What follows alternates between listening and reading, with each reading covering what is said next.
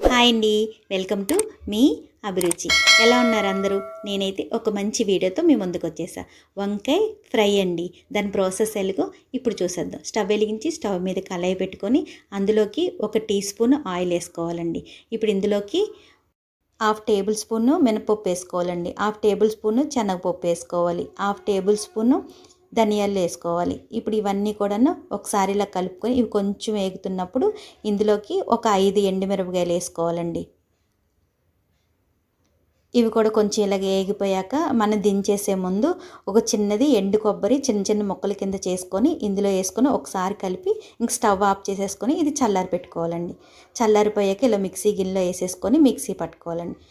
Mixie పొడి ready అయిపోయాక ఇది పక్కన పెట్టుకుందాం. ఇప్పుడు స్టవ్ వెలిగించి స్టవ్ మీద కళాయి పెట్టుకొని అందులోని 2 టేబుల్ స్పూన్ ఆయిల్ వేసుకోవాలి. ఇప్పుడు ఇందులోకి సన్నగా కట్ చేసుకున్న అల్లం ముక్కలు, ఎల్లుల్లిపాయలు 1 టీ స్పూన్ వేసుకోవాలండి. ఇప్పుడు 1/2 టీ స్పూన్ ఆవాలు, 1/2 టీ స్పూన్ జీలకర్ర, కొంచెం కరివేపాకు వేసుకోవాలండి.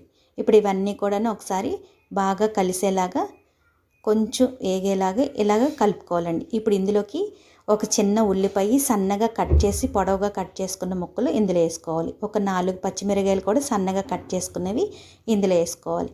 ఇప్పుడు ఇవన్నీ కూడా ఇలా కలుపుకొని కొంచెం సేపు వేగనివ్వాలండి. ఇప్పుడు ఇందులోకి నేను 1/2 కేజీ వంకాయలు తీసుకున్నానండి. సన్నగా పొడవుగా కట్ చేసుకున్న ముక్కలు ఇప్పుడు ఇందులో వేసేసుకుందామండి. ఇలా మొత్తం అన్నీ కూడా వేసేసుకొని ఇప్పుడు ఇందులోకి 1/2 టీ స్పూను పసుపు వేసుకోవాలండి. రుచికి సరిపడా సాల్ట్ వేసుకొని ఇవన్నీ కూడాను ఒకసారి ఇలాగా కలిపేసుకుందామండి. ఇలా మొత్తం అంతా కూడా కలిసేలాగా కలుపుకొని ఇప్పుడు మూత పెట్టుకొని మనం మంటని మీడియం ఫ్లేమ్లోని ఒక 3 మినిట్స్ అలాగే మగ్గనివ్వాలండి. ఇప్పుడు మూత తీసుకొని ఒకసారి ఇదంతా కూడా ఇలాగా కలిసేలాగా కలుపుకోవాలండి. ఇప్పుడు మనకి ముక్క ఇలాగ మెత్తబడింది అని అనుకున్నప్పుడు మనం ముందుగా రెడీ చేసి పెట్టుకున్నాం కదండి పొడి, ఆ పొడిని ఇందులో వేసేసుకోవాలండి. ఇప్పుడు ఇందులోకి కొంచెం కట్ చేసుకున్న కొత్తిమీర కూడా వేసుకొని ఇదంతా కూడా మసాలా అంతా కూడా దీనికి కలిసేలాగా బాగా కలుపుకొని ఒక 2 మినిట్స్ మూత పెట్టుకోవాలండి. 2 మినిట్స్ అయిపోయాక మూత తీసుకొని ఒకసారి ఇదంతా కూడా ఇలాగా కలిసేలాగా కలుపుకొని స్టవ్ ఆఫ్ చేసేసుకొని సర్వ్ చేసేసుకోవడమేనండి. అంతే అండి, ఎంతో టేస్టీగా ఉండే వంకాయ ఫ్రై రెడీ అయిపోయింది. నచ్చిందండి? ఈ వీడియో కనుక మీకు నచ్చినట్టయితే లైక్ చేయండి, షేర్ చేయండి, మీ ఫ్రెండ్స్కి ఫార్వర్డ్ చేయండి.